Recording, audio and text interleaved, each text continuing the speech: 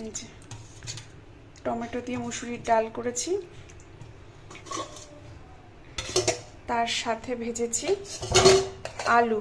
কেন একটা ভাজা ছাড়া না, ডাল ভাত হলে দেখবে একটা ভাজা কিন্তু লাগেই খাওয়ার পাতে, তাই না? তো ওই যে আলু ভাজা করেছি, বিশেষ করে আলু ভাজাটা করেছি মেয়ের জন্য আর মেয়ের বাবার জন্য, আমার না হলেও চলবে। তাই ওদের দুজনের কথা ভেবেই কিন্তু আলু ভাজাটা করেছি, একটু নরম নরম করে করেছি, সাথে দুটো কাঁচা লঙ্কাও দিয়ে দিয়েছি ভাজার সময় আর কি। আর এই হচ্ছে কলমি শাক ভাজা, রসুন আর কাঁচা লঙ্কা ফোড়ন দিয়ে।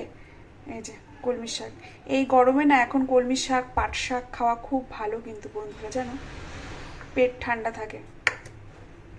তো ওই জন্য কলমি শাক করেছি, কলমি শাকটা খেতেও আমার কাছে খুব ভালো লাগে। আর এদিকে হয়েছে পুঁই শাকের তরকারি, আলু কুমড়ো একটুখানি পটল ছিল দিয়েছি, আর লকলকে একদম পুঁই শাকগুলো লকলকে। তো এই হচ্ছে পুঁই শাক, আমার পুঁই শাক দিয়েই তো ভাত খাওয়া হয়ে যাবে।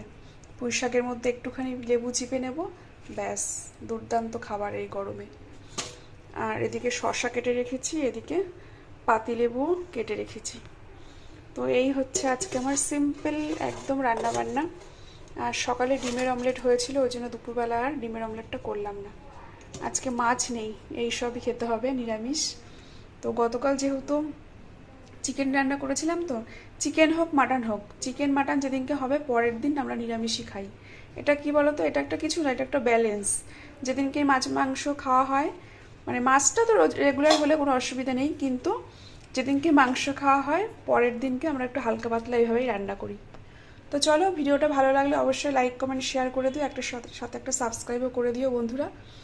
চলো, পরের ভিডিওতে আবার দেখা হচ্ছে।